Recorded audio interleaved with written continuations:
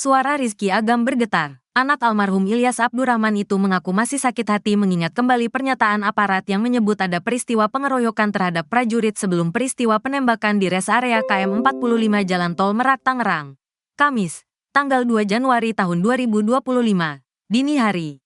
Rizky Agam mengatakan, pernyataan Pangko Armada Laksamana Madya TNI Denny Hendrata pada saat konferensi pers, Senin, tanggal 6 Januari tahun 2025, lalu, adalah penggiringan opini. Pada saat preskon saya hadir di Mako Armada dan saya di samping itu mendengarkan pernyataan terjadinya pengeroyokan 15 orang.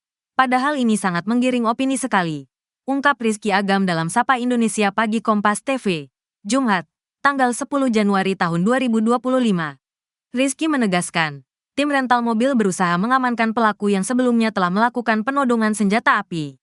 Ketika kita mengamankan orang tersebut pun bisa dilihat di CCTV begitu. Dan kita bukan melakukan pengeroyokan, tapi mengamankan orang yang sebelumnya menodongkan pistol kepada kami waktu disaketi, ujar Rizky. Rizky menilai ada pernyataan aparat yang tidak pantas. Munculnya narasi kill or to be killed. Saya masih trauma. Saya sangat sakit hati sekali mendengar kata itu. Membunuh atau dibunuh. Itu rasanya tidak pantas dihadapkan kepada kami rakyat biasa. Tidak dibekali dengan senjata. Harusnya narasi tersebut boleh dikatakan begitu ketika berhadapan dengan pembegal atau teroris, tegas Rizky. Terlebih, Rizky berada di lokasi kejadian. Saya yang memvideokan. Saya melihat kematian ayah saya. Kejadian ini sangat keji sekali untuk penembak ayah saya. Bayangkan, bisa cek CCTV. Pelaku penembak itu sambil merokok sambil menembak dada ayah saya. Saya sangat hati sekali melihat video tersebut, ungkapnya. Pada kesempatan konferensi pers, Senin lalu, Denny Hendrata menceritakan dirinya pertama kali menerima kabar insiden penembakan pada tanggal 2 Januari tahun 2025. Saya pertama kali menerima laporan insiden ini pada tanggal 2 Januari tahun 2025, malam sekitar pukul 20 waktu Indonesia Barat dari Asintel Pangko Armada bahwa 3 anggota yang pada saat itu di Pangkalan Pondok Dayung, yaitu Sertu A, Sertu RH, Elkaba, di mana mereka mengalami pengeroyokan oleh sekitar 15 orang tak dikenal di sekitar res area KM 45 Tol Merak Tangerang, jelas Denny. Menurut Denny Hendrata, insiden berpangkal dari permasalahan pokok pembelian mobil. Dalam insiden tersebut, diakui bahwa salah satu anggota melakukan penembakan. Setelah diketahui mengakibatkan korban, 1 orang meninggal dan 1 orang luka. Saat ini, ketiga anggota tersebut, proses penyidikan di Puspomal, lanjutnya. Pada kasus penembakan Ilyas Abdurrahman, 3 prajurit TNI AL menjadi tersangka. Ketiganya akan diadili melalui pengadilan militer. Pernyataan ini disampaikan oleh Kepala Pusat Penerangan, Kapuspen, TNI, Maijen TNI Haryanto, merespons adanya desakan agar ketiga prajurit TNI tersebut bisa diadili melalui pengadilan umum.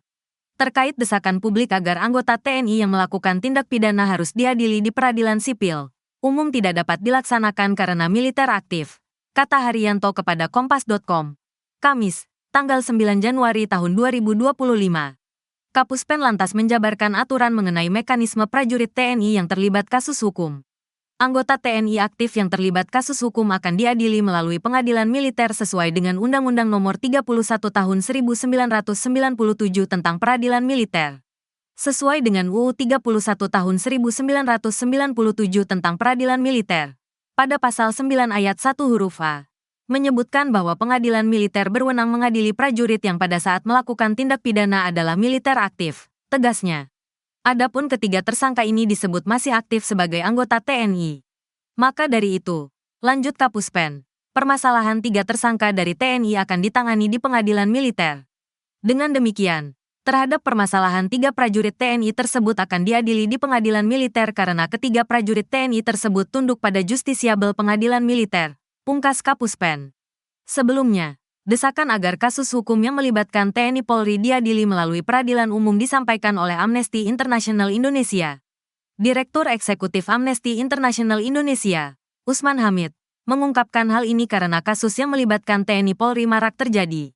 Amnesty pun mendesak pemerintah dan DPR RI untuk melakukan reformasi sistem peradilan militer dengan merevisi Undang-Undang Peradilan Militer No. 31 Tahun 1997. Pelaku harus diadili melalui peradilan umum, bukan peradilan militer yang prosesnya cenderung tertutup dan tidak transparan. Oleh karena itu, kami mendesak pemerintah dan Dewan Perwakilan Rakyat, DPR, untuk segera melakukan reformasi sistem peradilan militer dengan merevisi Undang-Undang Peradilan Militer No. 31 Tahun 1997. Terang Usman dalam keterangannya. Selasa, tanggal 7 Januari tahun 2025.